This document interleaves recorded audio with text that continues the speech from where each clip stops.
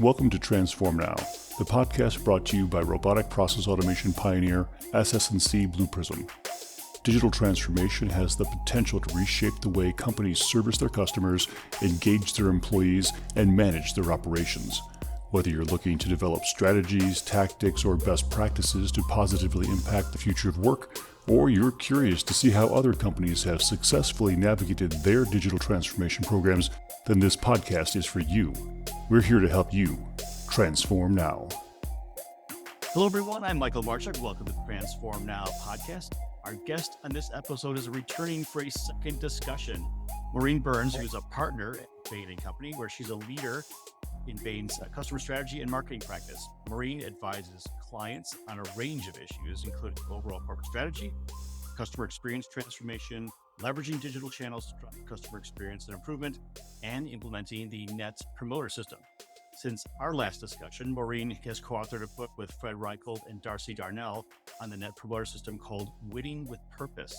I am super excited to have Maureen back on with us to talk more about how organizations can transform their experiences with customers. Welcome, Maureen. Thank you so much, Michael. It's great to be back. I'm glad you're here. For some of the folks who may not have heard the first one, can you give us a little short intro on your background and also tell us how you came to write this book?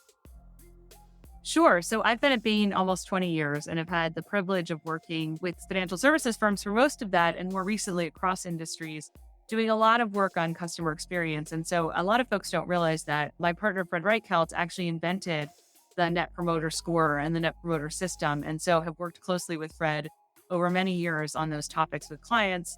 When he was writing the fifth book, Winning on Purpose, he asked me to join him as a co-author. That was several years ago now, and it's just been a tremendous journey and really fun. I noticed when I was looking through the book, I compared to some of the prior NPS books that seemed to be a little more focused on the business stuff. I noticed a lot more emotional language that was used to describe the customer relationships, the attitudes companies should have with their customers. I was hoping you could explain a little bit more about that and how that came to be.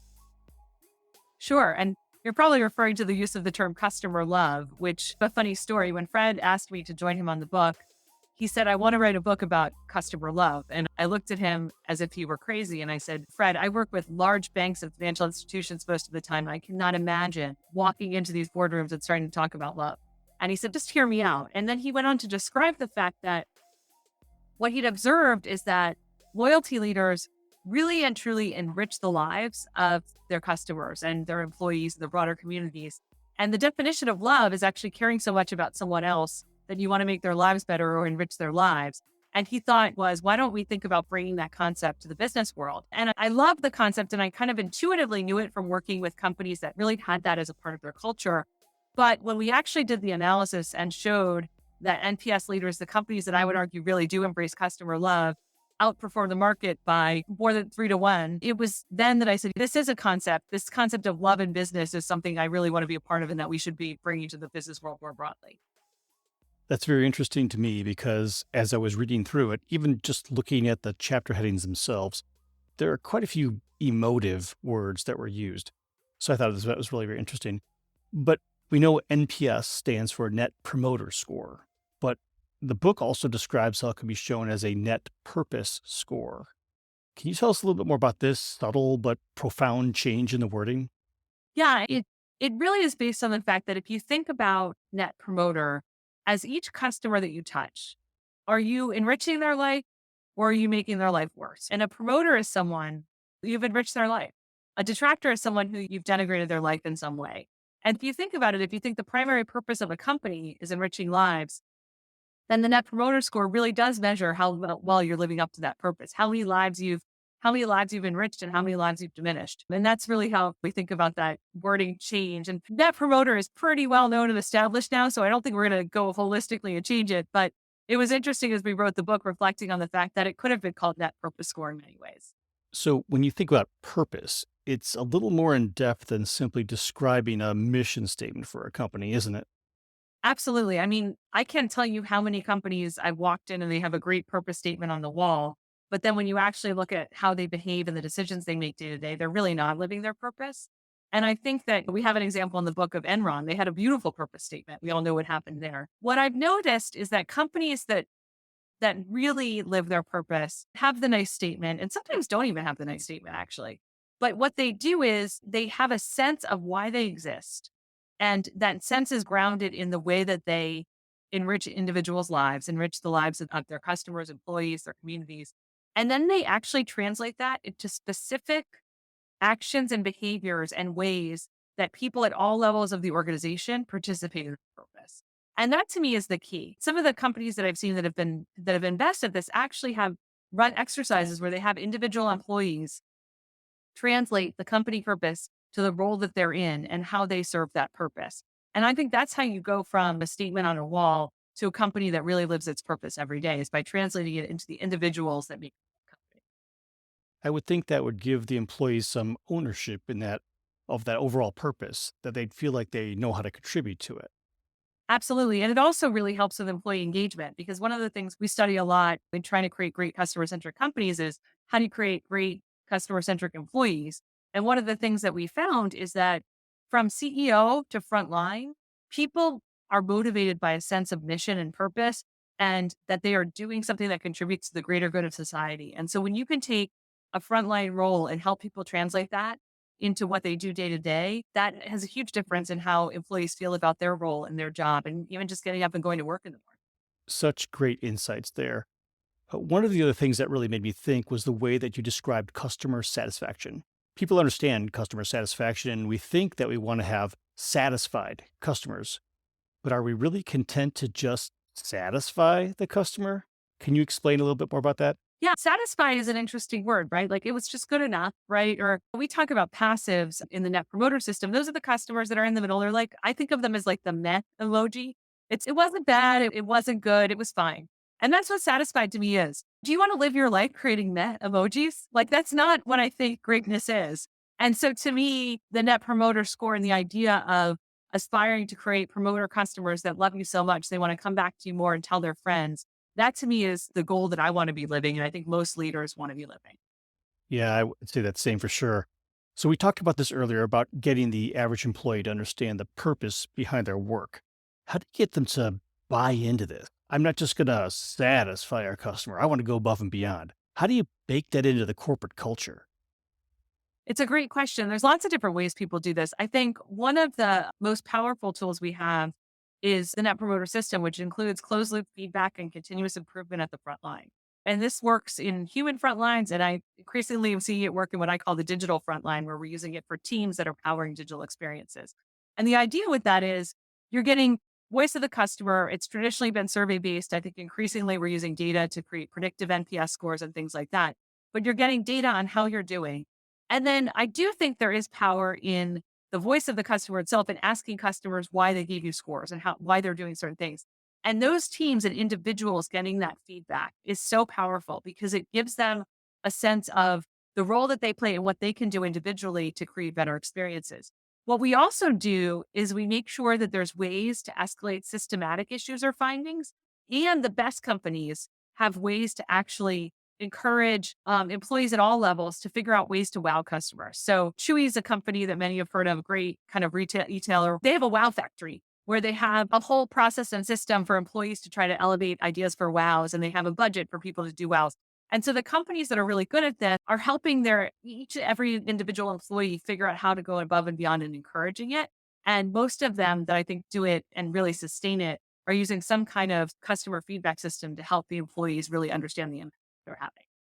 And I think it's pretty clear from the different examples that were in the book, as well as describing the leader's responsibilities, then to encourage that, having Chewies to go through the process of funding this kind of wow factor because they know how important it is, leading by example, right? Absolutely. And we say in the book, and I say it in every talk that I give, it all starts with leading with purpose, right? And it's that leadership that is so critical. When I meet with companies, they're like, what's the one factor that you've seen that drives success here? And I said, it's committed CEO. Not to say that it always has to be the CEO, but man, if you have a committed CEO, your odds of success are way higher. But it is leadership that at every level, not just talks the talk, because that's fairly easy. And I've seen lots of instances where leaders get up with bold ambitions around customer and talk about all the right things. But it is the day-to-day hard decisions where those leaders are willing to take risks and willing to make decisions in the long-term best interest of customers and employees that might in the short term come in conflict with financial performance.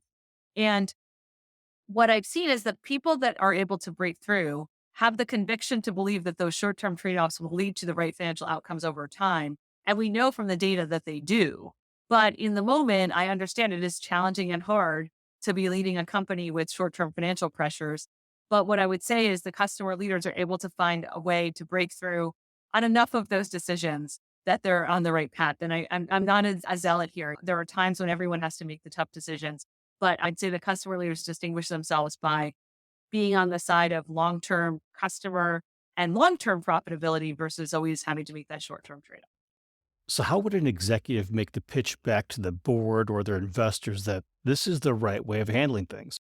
Yeah. So loyalty economics. So if a company does not understand loyalty economics, it's the first thing I do is say, you need to understand loyalty economics because this will open the aperture in a way that nothing else does. And we actually created a new metric to help with this earned growth in the book, which lets companies understand how much of my growth is actually coming from my existing customers buying more from me, staying longer, telling their friends versus going out for paid marketing. Because what we know is that what drives the financial performance of loyalty leaders, the outperformance, I should say, is that they have created earned growth based business models where far more of their growth is coming from existing customers doing more business with them. And it's a much more efficient model. And when you actually do the math on the value of a promoter versus a detractor customer, you see how much more valuable a promoter is. And so what I have found really breaks through in big companies is when you have those economics and you lay out the facts, people really can understand it in a new way that this really does make sense. The other thing I would add is what's really exciting about digital and automation, some of the work that you all do, is that we don't necessarily have a conflict now in many instances between better customer experience and lower cost. And so what's made my job a little easier, frankly, over the last few years is that oftentimes we're talking about improving customer experience and taking cost out at the same time. And so when you can do that, it's a win for everyone. Absolutely. When you're talking about loyalty economics, I had done a podcast with someone who had talked about the way they discuss customers of a certain sports league. They were talking about fan data, fan this, fan that. And I said, would it be neat if we all considered every single one of our customers a fan, like someone who would wait in line for a ticket, would be shouting for joy when they were participating in the purchase they made? Yeah. And we think that concept is going to be even more important. When you think about a world where we're moving more and more away from traditional marketing to referral based marketing and influencer based marketing, and frankly, brands are losing control of the narrative and it's increasingly in customers' hands. That concept that you described is so important. And I think the idea of these super promoters who are going to go out there and be loudspeakers about your brand is really valuable. And what you don't want to have is a bunch of super detractors, right? Because that could have the exact opposite impact. And I think the value of being a loyalty leader is only going to increase as the sort of narrative around a brand becomes increasingly by customers and not companies themselves. So true. So I want to shift gears for a second because one aspect that you brought up in several parts of the book was this concept of the golden rule. Maybe your mind jumps to the one with the gold rules or perhaps some other religious kind of viewpoint. Tell us more about the golden rule as it relates to the NPS system.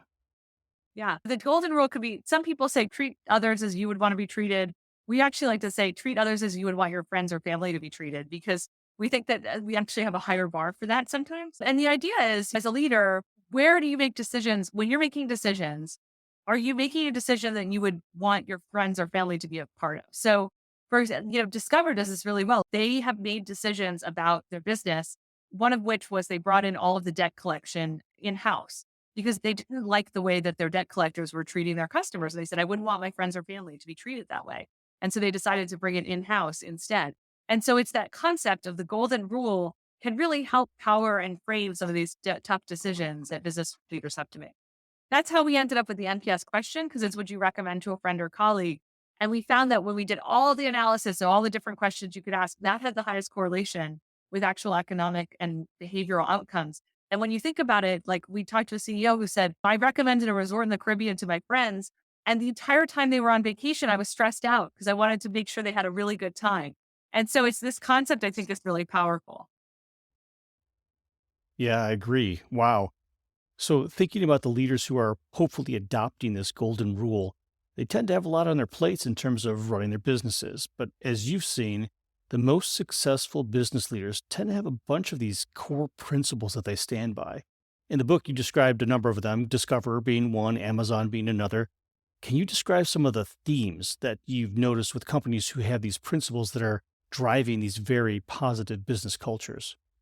Yeah, absolutely. I think there's a couple things. One is they lead with this purpose. So I talked about this before, but it is really critical. And it usually starts with most senior leadership. They have this conviction. The second is really they inspire their teams. So they find a way to make sure people often talk to me about, do you have to start with customers or your employees? I'm like, you have to do both because you can't deliver great customer outcomes without really inspired employees. And then people say to me, we're moving away from frontline culture to digital. Everything's digital. It doesn't matter. Like you still need motivated and inspired employees to build your digital experiences and to get the feedback from customers and be constantly refreshed. The other is that they really strive to be remarkable across products and experiences. So I think that all of the work that's been done over the last many years on customer experience, in some ways, like actually made product secondary. And I think that we've lost a little sight of that. And you have to, if you don't have a great product, no customer is going to love you anyway. So being remarkable across those two. Um, Rally promoters. So we were talking about this kind of super promoter concept, but the companies that are really good at this understand that they're spending lots of time, investment, and energy in creating loyal customers. They should ask them to do stuff for them, right? Ask them to refer them, ask them for their business, for other things. So those are just a couple of the themes that we see across some of these leading companies. And I would say many of them embrace kind of core components of the net promoter system, which is measuring how you're doing, but also more importantly, frankly, creating the right learning loops and environment for that continuous improvement and learning. So in the book, you consolidate these themes into kind of a net promoter customer manifesto. Can you briefly touch on that? So it's a great question on the manifesto, and we've translated this for a lot of companies, but I'll just go through a couple of, I'll go through all seven actually. So there's a couple things. One is embracing the unbeatable purpose. And so this is the idea that if we believe the primary purpose of a company is to enrich lives, leaders have to clarify that. And then, as I was talking about earlier, help employees translate what that means for their individual role. The second is lead with love. And so what does that mean? It means that you're leading with the concept of really enriching lives. And it starts with your employees. So how do you inspire people and motivate them and help them lead their best life? And it sounds, a little wishy-washy, but in reality, the best leaders do that. They help people reach their full potential. And part of that is inspiring them to deliver amazing experiences for customers. Very related to lead with love is inspiring teams. So teams feel fully supported on their missions. And this is both in, we say thought, word, and deed, like how you treat your teams, but also in large companies, it's the talent infrastructure you put around it. So do you have the right opportunities for teams to have continuous learning and improvement? Are your rewards and recognition reflecting the values that you're trying to teach and embody? All of these things are really important in inspiring teams. Four is unleashing, we call it NPS caliber feedback flows. And what does that mean? It means that you're asking customers how you're doing. You're looking at data to find out how you're doing, but you're not just reporting that news. You're actually, what I like to think of it, you're wiring the voice of the customer through the organization so that every employee knows how they're doing in their role in delivering great customer experience. And I like to think of it as creating this kind of living, breathing, learning entity in a company where you have the voice of the customer at your fingertips and you can really understand how you're doing. And I think it's even more important as we see more experiences shift to digital, because you have employees that may never lay eyes on a customer, but they really need to understand the impact they have. And so getting that voice of the customer embedded is really important. The fifth is nurturing relentless learning. And so we've got the feedback, but how do we make sure we learn from it? And how do we make sure that we're continuously improving and learning and innovating? And we really feel strongly about putting in place huddles and group learning activities and things like that where employees are talking about the feedback. We encourage learning at the board level. There's many corporate boards where I think that they underestimate the impact of great customer experience. And so how do you get your board up to speed? How do you make sure that all of your leaders understand the value? And then finally, how do you have a safe place for your teams to be able to really express what's getting in the way of them doing a great job for customers and what's getting in the way of them having a great work experience? The companies that are best at this give employees a way to do that. The sixth is quantifying earned growth economics. So I talked about this earlier, but it's this idea of how much of my growth is coming from my customers versus am I buying through paid marketing? And NPS leaders are quickly adopting this concept and figuring out how much of their growth is earned. What's so great about going through the exercise is not only do you get a sense of that metric, but you really can decompose it and understand, why are customers joining you? Where are they coming from? Why are they promoting you? How do you get more of those types of customers? And it really, I think, helps to create a much more holistic growth strategy. And then finally, we talk in the book a lot about being humble. And in the manifesto, we say redefine the remarkable, right? So never rest on your laurels. The greatest companies are always looking around corners and trying to figure out how to innovate in the interest of customers. And I would argue that loyalty leaders have an innate advantage because they're so close to their customers. They actually can anticipate and understand their needs ahead of others. And so I think that they naturally have an innovation advantage. But if you get too comfortable, that innovation advantage can quickly dissipate. So I think it's important to really keep a strong focus on that. I can understand how this all applies in the B2C marketplace where our end consumers are people like you and I. What happens within the B2B environments where we're selling to businesses? I think all of it, most of it is still very relevant. And I have actually been, I don't want to say surprised, but excited by how much interest we've had from B2B companies over the last year. So I've had the privilege of giving talks at some very large kind of B2B companies this year. And it's been really fun because if you think about it, look, we're all business people, right? And so at the heart of it, most companies want to be loyalty leaders because they believe it's going to lead to better financial outcomes too. It's the right thing to do. And it also leads to better financial outcomes. The power of earned growth and loyalty driven business models is even more so in B2B. If you think about it, you're oftentimes developing much deeper, longer client relationships and have probably more of an ability to know clients and ask for referrals and things like that. And so we found that it's quite powerful in B2B. The one difference, not even a difference, but it works best when it's embraced by the sales organization and it's embedded in typical kind of account planning and account processes.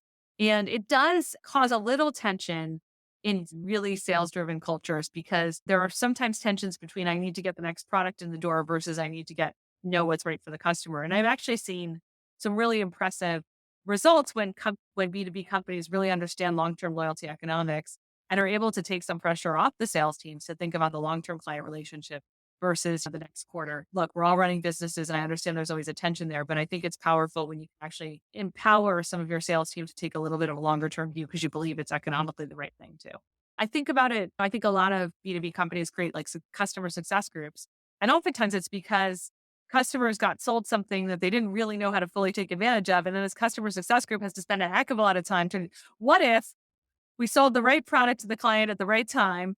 And then the customer success group was about like helping expand that relationship over time. And that's where I think people are evolving, but it's obviously a journey. I agree. So you've written this book, and now I want to ask you a more personal question. If I were to look on your nightstand and find a book there, what would that book be? I have a couple that I'm actually reading right now. The one that's next to me, because I am trying to bring it home, is actually was a gift, but it was hard choices. Hillary Clinton. So I'm gonna tackle that one. I also have a book on AI, which the name is escaping me right now, that I've been working my way through.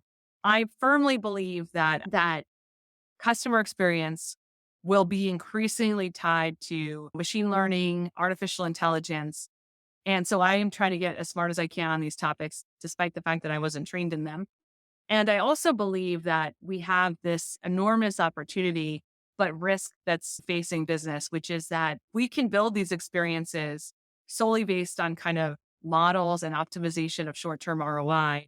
Or we can try to build these experiences with love, if you'll let me be that bold, to try to create a digital frontline that replicates the empathy and enlightenment and passion, even if we could be so ambitious as the human frontline.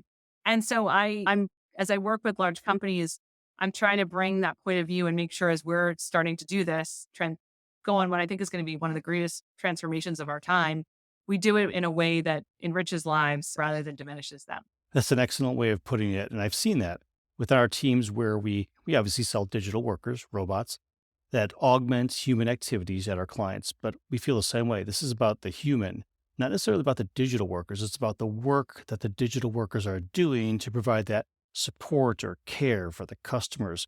So I don't know if we're going to go down the love your robot thing, but Actually, I think you had read my brief, "The Bots Love Your Customers." yes. So I think we should aim to create loving bots. There we go. Well, Maureen, I really appreciate you joining me today and going through this again. I'll put a link to the book below in the show notes, as well as the first podcast that we had done on Will the Bots Love Your Customers, because I think that was also a very insightful way of looking at things. So again, thank you for joining us, and I really appreciate your insights today. Thank you so much. It's been my pleasure. Thanks for tuning in to Transform Now. For more insightful discussions on digital transformation and more, check out our podcast channel where you'll find all of our previous episodes. And to make sure you never miss an episode, subscribe to the show on your favorite podcast player. And if you like what you've heard, please leave us a review.